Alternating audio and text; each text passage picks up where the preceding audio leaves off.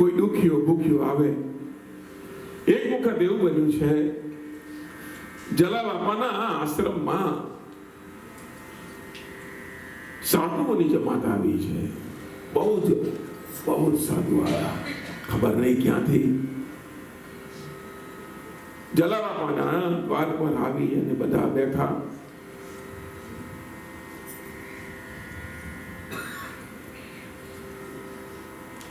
જલાબાપાને કહ્યું છે અમે ભૂખ્યા છીએ, હવે આટલા બધાને ઓલું કરવું. એ વખતે જલાબાપાના એ આશ્રમમાં આટલા દાણા નહોતા, યાને અનાજ એટલું નહોતું. બધા સાધુઓને કહ્યું છે બાપજી મૂર્તિઓ, इसको मूर्ति कहते हैं. पता है साधु जो हो ना बड़ी मूर्ति शब्द वपराय. कितनी मूर्ति है? विवेक थी नाम છે. તો બધી ઘણી બધી મૂર્તિઓ યાને સાધુ હતા. બાપા એ બધે સાધુઓને કહ્યું છે આપણે હા બિરાજમાન હોઈએ, ભજન કીર્તન ગાઓ, હમણાં આવું છું એમ કરીને બાપા નીકળ્યા. લાકડી લીધી, માથે પાઘડી પહેરી. બાપાનો એક ભગત હતો, એ થોડા દૂર રહેતો હતો. બાપા પદયાત્રા કરી અને એને ત્યાં ગયો છે. હવે એ સમય યોગાનુયોગ એવું કે ભાઈ આ ભગત હતો, પણ એની પત્ની જે હતી એ ભક્તાણી નહોતી, ભટકાણી હતી. ભગતની ભક્તાણી હોવી જોઈએ ને, તો આ શું હતી? ભટકાણી. જેવા જલાબાપાને દૂરથી જોયા, દરવાજો બંધ કરી દીધો.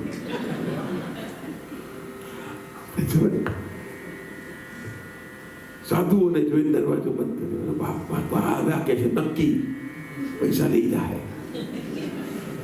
બાપા આવ્યા છે, ઓટા પર પાઘડી ઉતારી, લાકડી મૂકી, હાંકડ ખખડાવી, ખોલે જ નહીં.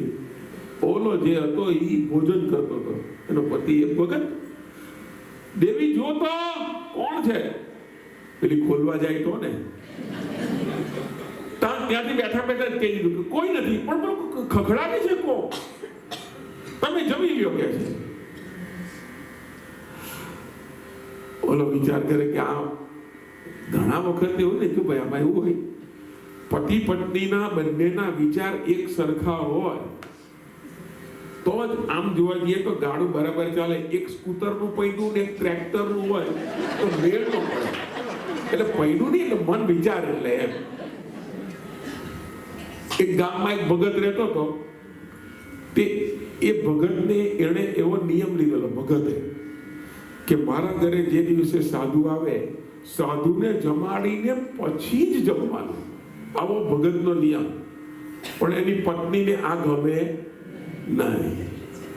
હવે એ તો સાધુનું નક્કી નહીં, કોઈ વખત 12 વાગે પણ મળે, કોઈ વાર 2 વાગે આવે, અને કોઈ વાર તો આખો દિવસ સાધુ નહીં આવે તો એ પેલો ભગત તો બિચારો ભૂખો રે, પેલીને ભૂખી રાખે. હવે એને ગમે નહીં, કરવું કેમ? તેની પત્નીએ નક્કી કર્યું કે હવે જો કોઈ બાવો આવ્યો એની ખેર નથી.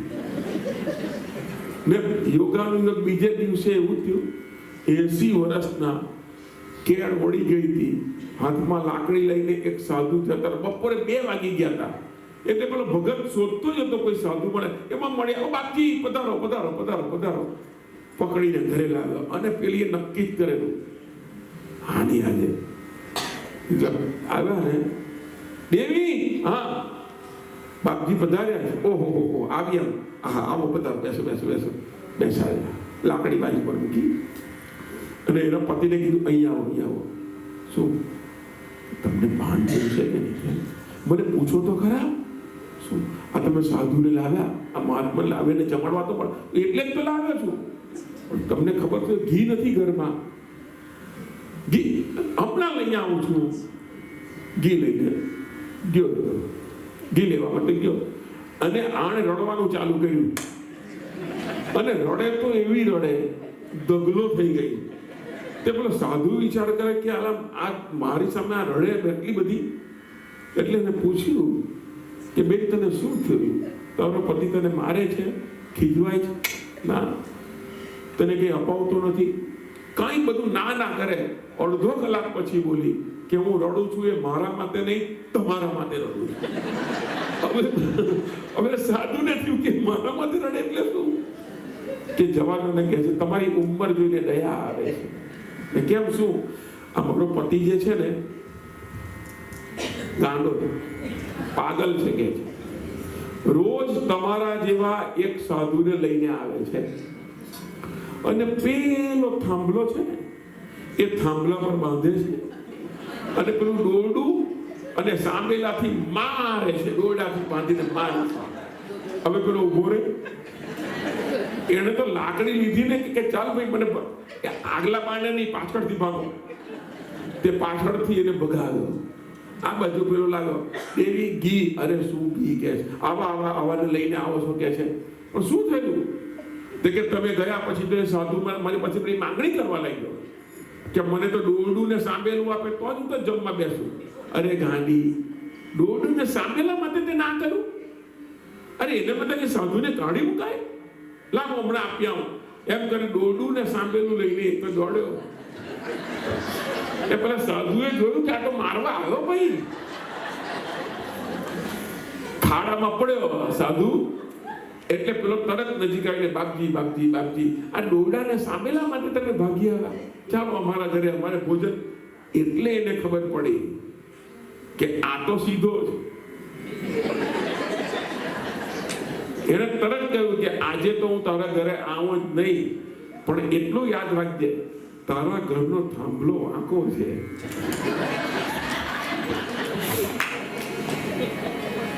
હવે ઓલો જમતો ન કે બાપા બહારથી ઠોકે દરવાજો ખોલે જ નહીં પેલી તો. એટલે હાથ જલ્દી જલ્દી ધોયા અને ખોલી જો બાપા તમે આવ્યા, આવો આવો બેસો. પેલી અંદરથી બધું સાંભળી રાખે આપણું કરે. બાપાએ કહ્યું કે જો ભાઈ મારે જે 500 રૂપિયાની જરૂર પડી છે. 500 રૂપિયા બહુ જ કહેવાય, 200 વર્ષ પહેલાના 500 રૂપિયા કે જે કોઈ આવશે એટલે હું તને ફ્રી દઈશ. પેલાને ખબર કે જો પત્નીના દીકરા હું આપીશ એટલે એને કહ્યું બાપા આવો. વાડામાં લઈ ગયા, ખાડો ખોલ્યો, એમાંથી 500 રૂપિયા કાઢી બાપાના હાથમાં આપ્યા અને પેલી જોઈ ગઈ. અને બાપા ગયા પછી એને તો ગામ ભેગું કર્યું, મોટા મોટા માણસોને બોલાવ્યા. આખી આ બનેલી વાત છે કે આખી જિંદગીમાં કે છે કે એના દહડા કરીને મરી ગઈ, એક હાડલો મને નથી અપાયો અને પેલા બાવલાને 500 રૂપિયા દઈ દીધા. તે બધા ગામ વાળા પણ ઓલા નથી જોવા મળ્યા. બરાબર વાત છે, ત્યાં કોઈ દિવસ હાડલો નથી અપાયો અને પેલા જલા બાપાને આપી દીધા. બીજે દિવસે ઘટના ઘટી સાહેબ. જલા બાપાના આશ્રમમાં એક શેઠ આવ્યા. એનું કઈ કામ થયું હશે, જલા બાપાની બાધા લીધી હશે ને કામ થયું તો 1000 રૂપિયા જલા બાપાના ચરણમાં મૂક્યા. જલા બાપાને બાપા મારું આ કામ થયું. તરત જ બાપા એક સેવકને બોલાવ્યો અને સેવકના હાથમાં 1000 રૂપિયા પકડાવ્યા. અને 1000 રૂપિયા પકડાવ્યા એમાંથી કહ્યું કે 500 રૂપિયાની હમણાં સાડી લઈ આવવામાંથી.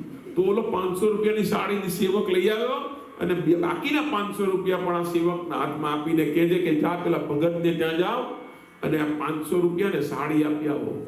અને આ સેવક ગયો છે પેલા ભગતને ત્યાં. મજાની વાત હવે આવે છે. અને 500 રૂપિયા બાપાએ મોકલ્યા છે એમ કહ્યું પેલી એની પત્નીને દેખતા, અને સાથે સાથે કહ્યું કે આ સાડલો પણ મોકલ્યો છે બાપાએ, એ તમારી પત્નીને આપજો. ત્યારે પેલીને ખબર પડી કે 500 રૂપિયાની વાત બાપાને કદાચ ખબર પડી, પણ બાપા ગયા પછી મેં અહીંયા પેલું કર્યું હતું. બાપાને સાડલાની વાત ખબર કેવી રીતે પડી? એ વાત એ આ બધા ભગવાનના પરમ ભક્તો છે. ભગવાન તરફથી આ લોકોને કમાણી કરવાની જરૂર નથી પડતી સાહેબ. જુઓ તમે વિચારો, બાપાના દરબારમાં એના આશ્રમની અંદર જ્યારે જ્યારે દાણા ખૂટ્યા, અનાજ ખૂટ્યું છે, ત્યારે એ કંઈક એવી રીતે કમાવાનું. પહેલા બાપા પ્રારંભિક જીવનની અંદર, બાપાના પ્રારંભિક જીવનની અંદર કથા આવે છે કે લોકો ખેતર ખેડતા હતા અને બાકીના પછીના જે અનાજ વધે એમાંથી સેવા કરતા હતા. બાકી એવી કોઈ કમાણી નહોતા કરતા. કમાણી કરવી હોય તો આ આ જીવનમાં આ દુનિયાની અંદર કમાણી આવશ્યક છે. તમે કમાવ નહીં તો ખાવ શું, એ વાત છે ને. પણ અચ્છા, તમે અહીંયા છે ને મને આવ્યા છો, એ તો મને કીધું જ નહીં. આ દેશમાં કમાવા માટે જ થયું ને. આ દેશમાં કમાવા માટે આવ્યા, પણ સાહેબ દુનિયામાં કેમ આવ્યા? દુનિયામાં પણ કમાવા માટે આવ્યા છો, માની લેજો. પણ દુનિયાની કમાણી જુદી છે. આપણી જરૂરત પ્રમાણેની કમાણી એ નાણાં હશે, પણ જગતની કમાણી એ નથી. અમારા રામ ભગતે લખ્યું છે, કરી લે કમાણીઓ મનવા, એ કરી લે કમાણી, એ જીજી જીજી આ માનવ તન મોંઘું મળ્યું. કરી લે કમાણી, કરી લે કમાણીઓ મનવા, કરી લે કમાણી, એ જી માનવ તન મોંઘું મળ્યું. કરી લે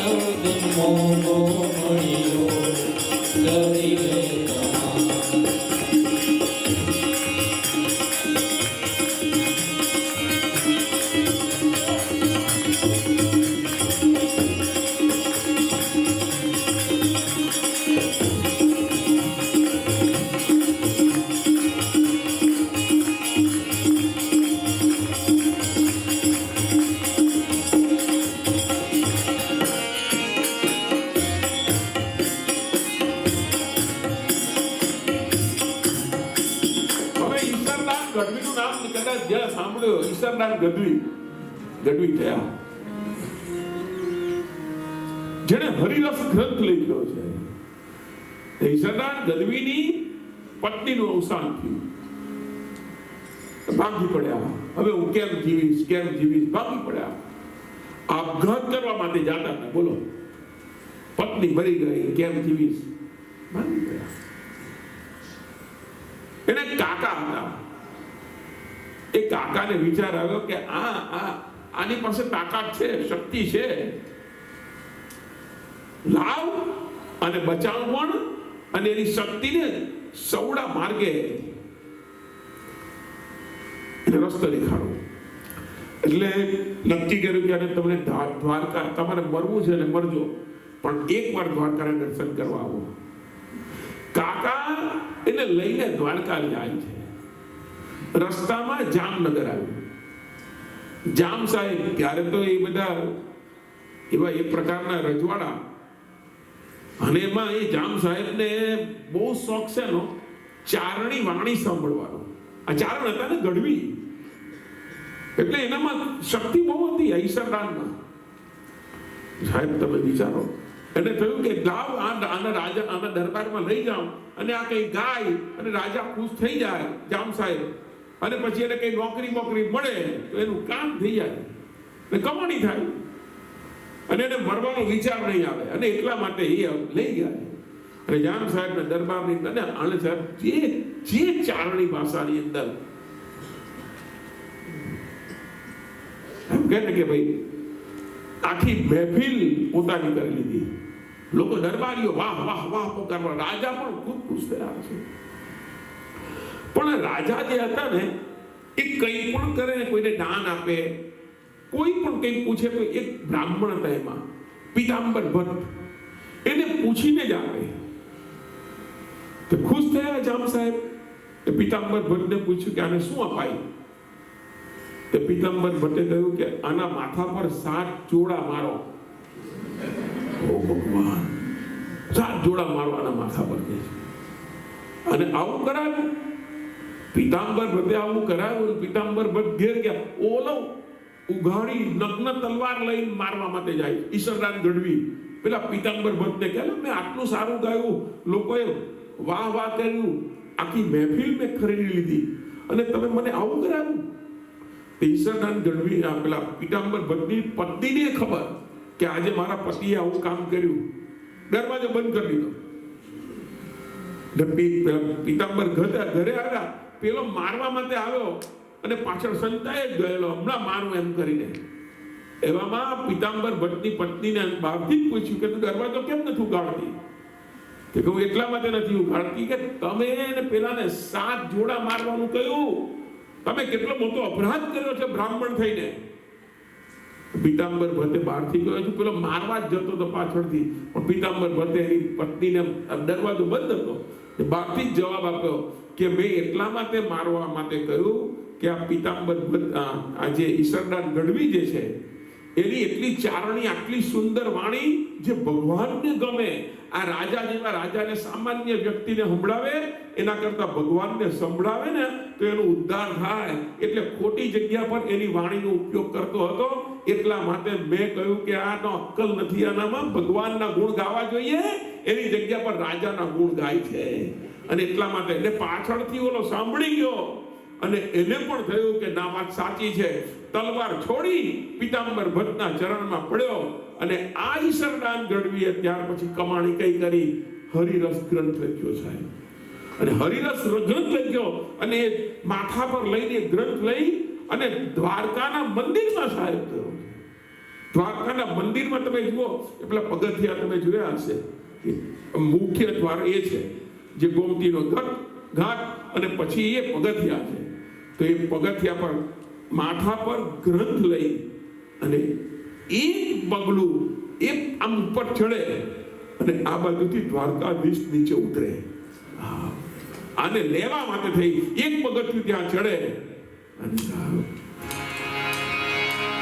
દ્વારિકાના નાથ મારો રાજા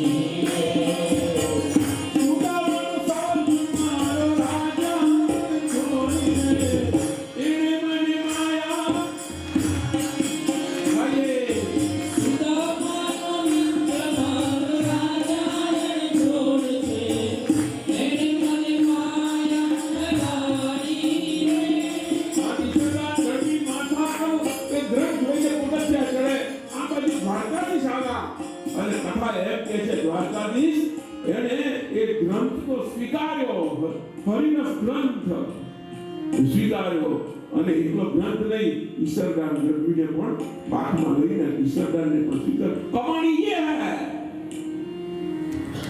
સાચી કમાણી. ભગવાનના દરબારની અંદર કહે છે માનવ તન, this is the rarely form. કાલે પણ આપણે ચર્ચા કરી ચૂક્યા. માનવ તન ભોગવું મળ્યું, કરી લે કમાણી. બાપ જલારામે જે કમાણી કરી છે, અંતર અંતર્યામીને અર્પી દે અંતર તળશે અને પ્રીતમની પ્રીત લડીને લેજે તું પીછાણી. ભગવાનની સાથે એની પ્રીતમ યારે ભગવાન, એની સાથેની પ્રીત લડી એને પીછાણતા આવડવું જોઈએ સાહેબ. इसमें કોઈ भेद की ઘણા બધા એવા ઉદાહરણ થયા, ઘણા એવા બધા ભગતો થયા જેણે કાંઈ વાંચ્યું નથી, પણ તે છતાં પણ પોતાના ભાવની સાથે સાહેબ, તમે ગમે એટલા જ્ઞાની હો, ગમે એટલા જ્ઞાની, પણ તમારામાં ભગવાન પ્રત્યેનો ભાવ અથવા પ્રેમ નહીં હોય તો તમારું જ્ઞાન એ કેના જેવું એ હું તમને કહું. હું મારી કથાઓમાં કહું, જલેબી બનાવતા આવડતું હોય એ હાથ ઊંચો કરો. જો અચ્છા કેવી રીતે બને છે એ તો હવે ખબર ને યુટ્યુબમાંથી. બસ પેલો લોટો હોય ને અંદર ખીરું નાખ્યું હોય જલેબી બનાવવાનું, ને નીચે કાણું હોય, પછી round round round round and full stop, round round round round and full stop. આવું જોઈએ ને. હવે ઘીમાં બનાવો કાં તેલમાં બનાવો, પછી એમાં ઝારામાંથી ઉપાડી અને બહાર લાવો એટલે ખાવા લાયક તો આ જ્ઞાન છે ને એ જલેબી છે, પણ જ્યાં સુધી પ્રેમની, ભક્તિની અને લાગણીની ચાસણીમાં નહીં પડો ત્યાં સુધી તમારું જ્ઞાન કઈ કામ નહીં લાગે સાહેબ. જ્ઞાન કે સાથ इसलिए ઉદ્ધવની કથાઓની અંદર આવી વાત આવે. ઉદ્ધવ પાસે બૃહસ્પતિ પાસે શીખેલો હતો માણસ, એટલું બધું જ્ઞાન છે એની પાસે, તે છતાં ભગવાને વિચાર કર્યો કે આ એકલું જ્ઞાન આ ઠોઠિયું પકડેલું છે, પણ જ્યાં સુધી એ ભક્તિના પાઠ શીખવા માટે થઈને સામાન્ય જેને વેદ વાંચ્યા જ નથી એવી ગોપીઓ પાસે મોકલવામાં આવે છે. અને સબસે ઊંચી प्रेम से, प्रेम किसको कहते हैं? प्रेम की सगाई सबसे ऊंची है. અને પ્રેમનો અર્થ ખાલી પ્રેમ નહીં, પ્રેમનો અર્થ છે ભક્તિ, ભગવાન સાથેનું એકાત્મ્ય એ હોવું જોઈએ. નથી કોઈ ભણ્યું ગણ્યું તેવા લોકોને પણ એવા ભગવાન મળ્યા સાહેબ. નામદેવ તમે સાંભળ્યું હશે, નાનો બાળક, હા, મા બાપ નિત્ય ભગવાન વિઠ્ઠલનાથને દૂધ ધરાવે, ભોગ લગાવે,